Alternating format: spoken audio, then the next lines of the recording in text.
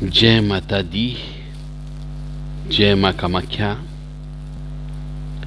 यदि कोई लड़की या स्त्री या कोई औरत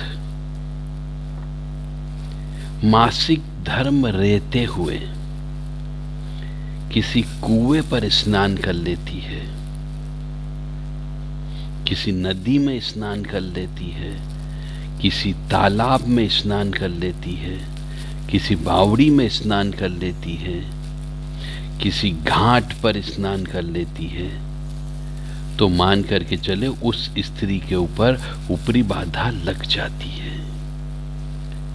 सभी माता बहन स्त्रियों से मेरा विनम्र निवेदन है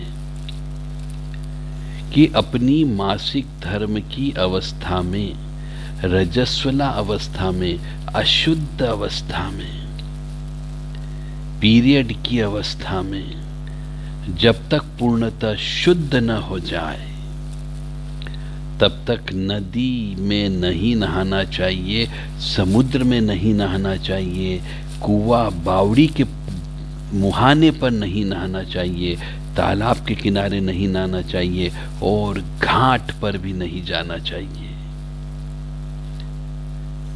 अन्यथा ऊपरी बाधा लग जाती है और उस स्त्री का जीवन बर्बाद हो सकता है। मानो या न मानो, यह पूर्णतः सत्य है। यदि कोई स्त्री अशुद्ध अवस्था में रहते हुए, मासिक धर्म की अवस्था में रहते हुए, रजस्वला अवस्था में रहते हुए, एमसी पीरियड की अवस्था में रहते हुए यदि शमशान जाकर के किसी शव को अग्नि दाह संस्कार करती है तो ऐसी स्त्री इसी जन्म में यहीं पर ही नरक को भोगती है। यह भी अपनी आंखों से देखा है, इसलिए ये कह सकता हूं कि मानो या न मानो, यह पूर्णतः सत्य है। फिर आपकी इच्छा, यदि आपको बहुत ही ज्यादा कष्ट भुगतने का शौक चढ़ाया हो तो आप ऐसे कर्म कर लेना और प्रैक्टिकल देख लेना।